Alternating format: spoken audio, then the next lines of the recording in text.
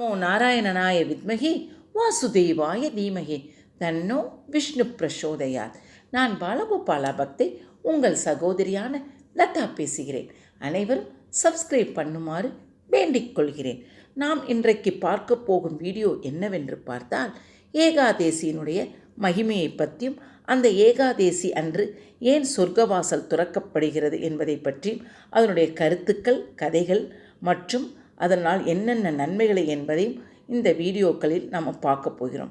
அதனால் கடைசி வரையும் ஸ்கிப் பண்ணாமல் அன்புடன் அழகாக பாருங்கள், கேளுங்கள்.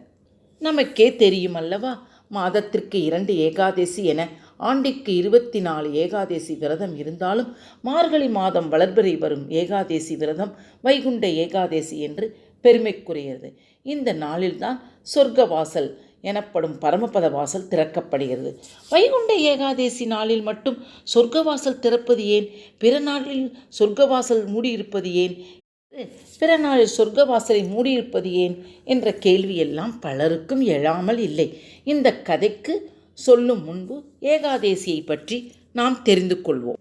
எப்படி தீபாவளி, கந்த சஷ்டி என பல பண்டிகைகள் அசுரவதத்தை முன்னிலைப்படுத்திய கொண்டாடப்படுகின்றனோ, வைகுண்ட ஏகாதேசி பண்டிகையும் அப்படி ஒரு அசுரனை வத செய்த நாளாக இதை கொண்டாடப்படுகிறது.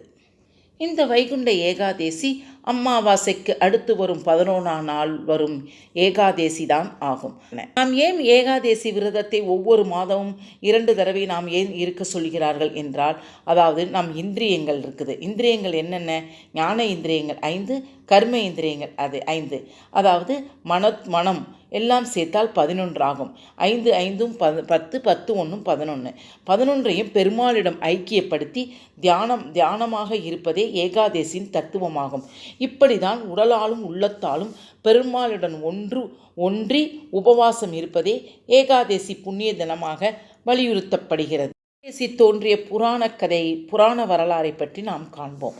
அதாவது என்னன்னு பார்த்தீங்கன்னா, தேவர்களுக்கும் முனிவர்களுக்கும் மானிடர்களுக்கும் மிகுந்த தொல்லை அளித்து வந்தான் ஒரு முரண் என்னும் அசுரன். இதனால் அவனை அழித்து தங்களை காக்குமாறு ஈசனை துதித்தனர். யாரு? தேவர்களும் முனிவர்களும் மனிதர்களும். அவர்களை மகாவிஷ்ணுவை சரணடைய கூறினார் சிவபெருமான். சிவபெருமான் ஆணைப்படி அனைவரும் விஷ்ணுவையே சரணடைந்தனர். அவர்களை காக்க எண்ணிய மகாவிஷ்ணு அந்த அசுரனோடு போர் புரிய தொடங்கினார். போர் 1000 ஆண்டுகள் கடுமையாக நீடித்தது. அதன் பிறகு மிகவும் களைப்படைந்தவராய் மகாவிஷ்ணு பத்ரிகா ஆசிரமத்தில் உள்ள ஒரு குகையில் போய் ஒளிந்து கொண்ட மாதிரி அவர் நடித்தார்.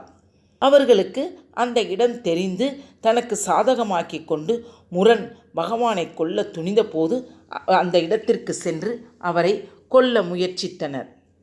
அவருடைய திவ்ய சரீரத்தில் இருந்து அவருடைய சக்தி ஒரு பெண் வடிவில் வெளிப்பட்டது. இவளை அசுரன் நெருங்கிய வேளையில் அவளிடமிருந்து வெளிப்பட்ட ஓங்காரமே அசுரனை எரித்து சாம்பலாக்கியது. அதாவது ஓங்காரம்னா ஹும் அப்படின்ற ஒரு ஓங்காரம் அசுரரை, அந்த ஒரு ஒளியே அவங்கள அசுரனை சாம்பலாக்கி வந்தது. விழித்து எழுந்து நடந்ததை கண்ட நாராயணன் அந்த சக்திக்கு ஏகாதேசி என பெயரிட்டு, உன்னை விரதம் இருந்து போற்றுபவருக்கு நான் சகல நன்மைகளையும் தருவேன் என வரமளித்து தன்னுள் மீண்டும் சக்தியை ஏற்றுக்கொண்டார். எனவே ஏகாதேசி என்னும் சக்தி விழிப்புடன் இருந்து நாராயணன் அருளும் வரமும் பெற்ற ஏகாதேசி நாளில் நாமும் கண் விழித்து விரதம் கடைப்பிடித்தால் அவருடைய பூரணமாக அருள் கிடைக்கும். நீங்கா புகழுடன் வாழ்வோம் என்பதுதான் இந்த ஐதீகம். இந்த ஏகாதேசியில் நிறைய சிறப்புக்கள்லாம் நடந்திருக்குது. எப்போ? யுகம், துவாபார யுகம், இப்படியெல்லாம் நிறைய விஷயங்கள் நடந்திருக்கிறது. அதில் ஒரு சின்ன ஒரு துளியை பற்றி பார்ப்போம். ராவணின் இன்னல்களை சகிக்க முடியாத தேவர்கள் பிரம்மாவுடன் வைகுண்டம் சென்று மார்கழி மாத சுக்லபக்ஷ ஏகாதேசி என்று நாராயணன் வணங்கி தங்கள் துன்பங்களை கூறினார். பகவானும் பிரம்மதேவர்களுக்கும் தரிசனம் அளித்து அவர்களை காத்து அருளினாராம். இவ்வாறு தேவர்களின் துன்பத்தை போக்கியதால் தான் வைகுண்ட ஏகாதேசிக்கு முக்கோடி ஏகாதேசி என்று ஒரு தனி சிறப்பு உண்டு.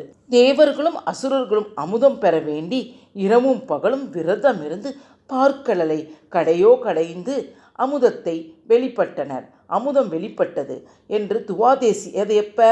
துவாதேசி அன்று மகாலட்சுமி சமுத்திரத்தில் இருந்து வெளியே வந்து தேவர்களுக்கு திருக்காட்சி அளித்த அவர்களுக்கு அருளாட்சியும் புரிந்தார் என்றும், அன்று முதல் ஏகாதேசி அன்று இரவும் பகலும் விரதம் இருந்து மகாவிஷ்ணுவை துதிப்போருக்கு இந்த பிறவியில் நிலைத்த புகழ், நோயற்ற வாழ்வு, நல்ல பிள்ளைகள் முதலியவற்றை பகவான் அளிப்பதோ மறுபிறவியிலும் வைகுண்டம் வாசம், சொர்க்கவாசல் வழங்குவதாகவும் புராணங்களில் கூறப்படுகிறது. ஏகாதேசியில் 24 வகையான ஏகாதேசிகள் உண்டு. அதில் பார்த்தங்கன்னா உற்பத்தி ஏகாதேசி, மோக்ஷம், சபலா, புத்ரா அப்படின்னு நிறைய ஏகாதேசியுடைய பேர் இருக்குது. ஒவ்வொரு ஏகாதேசிக்கும் ஒரு சிறப்புகள் உண்டு. நாங்கள் இந்த பாகவத கிளாஸில் படிப்பதனால் எங்களுக்கு ஒவ்வொரு ஏகாதேசியுடைய பெருமைகளையும் அதனுடைய சிறப்புகளையும் எங்களுடைய குருஜி சொல்லுவார். அதனால் எங்களுக்கு இந்த ஏகாதேசியின் சிறப்பை பற்றி எங்களுக்கு தெரிந்துள்ளது. வருடம் முழுவதும் 24 ஏகாதேசி வருகிறது. அந்த 27 ஏகாதேசியும் விரதம் இருக்க முடியாதவர்கள் அட்லீஸ்ட் இந்த வைகுண்ட ஏகாதேசியிலாவது விரதம் இருந்தால் சிறப்பான பலனை அடையலாம். இப்போது வைகுண்ட ஏகாதேசி அன்று எவ்வாறு விரதத்தை மேற்கொள்ள வேண்டும் என்பதை பற்றி நாம் பார்ப்போம். அந்த காலத்திலெல்லாம் ஸ்ரத்தையாக விரதமெல்லாம் இருந்தார்கள். இப்போதெல்லாம் நிறைய பேருக்கு சுகர், அந்த கம்ப்ளைண்ட் இந்த கம்ப்ளைண்ட் இருக்கிறதுனால யாராலும் சரியாக கூட விரதமே இருக்கவே முடியவதில்லை. அதனால் அவரவர் உடம்பிற்கு ஏற்றால் போல் அவரவர் ஏதோ ஒன்று பகவானுக்கு சாக்ரிஃபைஸ் செய்வது ரொம்பவே நல்லது. ஏகாதேசி விரதம் இருக்க ஆசைப்படுபவர்கள் முன்தினமே தசமி நாளில் ஒரு வேளை மட்டும் சாப்பிட்டு விரதத்தை தொடங்க வேண்டும். ஏகாதேசி அன்று காலையில் எழுந்தவுடன் நீராடிவிட்டு இறைவனை வழிபட தொடங்க வேண்டும். சிலவர்கள் ஏகாதேசி முழுவதும் உணவே உட்கொள்ளாமல் சிலர் நிர்ஜல ஏகாதேசி கூட இருப்பார்கள். ஆனால் முடியாது. சிலவர்கள் ஒருவேளை பழம் மட்டும் எடுத்துக்கொள்வார்கள். சிலவர்கள் ஆனால் முக்கியமானது என்னவென்றால் ஏகாதேசி என்று தயவு செய்து தானியங்கள் மட்டும் எடுத்தே கொள்ளாதீர்கள். ஃப்ரூட்ஸ் சாப்பிடுங்கள், வெஜிடபிள்ஸ் சாப்பிடுங்கள். இல்லை விட்டால் ஜவ்வரிசியில் தேங்காய் பால் ஊற்றி ஒரு பனஞ்சக்கரை போட்டு ஒரு பாயாசம் எடுத்துக்கொள்ளுங்கள். இப்படி தான் நானெல்லாம் விரதம் இருக்கிறேன். விரதத்தின் போது எக்காரணம் கொண்டு துளசியை பறிக்கவே கூடாது. பூஜைக்கான துளசியை முதல் நாளே பறித்து வைத்து கொள்ள வேண்டும். விருப்பப்படுபவர்கள் ஏகாதேசி அன்று புராண கதைகளும் புராண நூல்களையும் விஷ்ணு சகஸ்ரநாமம், விஷ்ணு பாடல்கள் மற்றும் துதி முதலியவற்றை விஷ்ணுக்குரிய பெருமைகளை எல்லாம் பற்றி பேசிக்கொண்டு இரவு பொழுதை உறங்காது கழிக்க வேண்டும். மறுநாள் துவாதேசி அன்று காலையில் 21 வகையான காய்கறிகளை உணவில் இடம்பெற வேண்டும். இதில் முக்கியமானது என்ன என்று நமக்கே தெரியும் அல்லவா? அகத்திக்கீரை, நெல்லிக்காய், சுண்டைக்காய் அவசியம் இடம்பெற வேண்டும். துவாதேசியில் அதிகாலையில் உணவு சாப்பிட்ட பிறகு அன்று பகலில் கட்டாயம் உறங்கவே கூடாது. இப்படியே வைகுண்ட ஏகாதேசி விரதம் இருப்பவர்கள் பாவம் அனைத்தும் நீங்க பெற்று வைகுண்டம் சேர்வார்கள். மேலும் சகல சௌபாக்கியங்களையும் ஆரோக்கியமான உடல் நலத்தையும் பெறுவார்கள். வைகுண்ட ஏகாதேசி அன்று விடிய காலை அனைத்து பெருமாள் கோயில்களிலும் சொர்க்கவாசல் திறக்கப்படுவது வழக்கம். சொர்க்கவாசல் வழியே செல்பவர்கள் பாவம் தீர்ந்து சொர்க்கத்தை சென்றடைவார்கள் என்பதுதான் இந்த ஏகாதேசியினுடைய ஐதீகம்.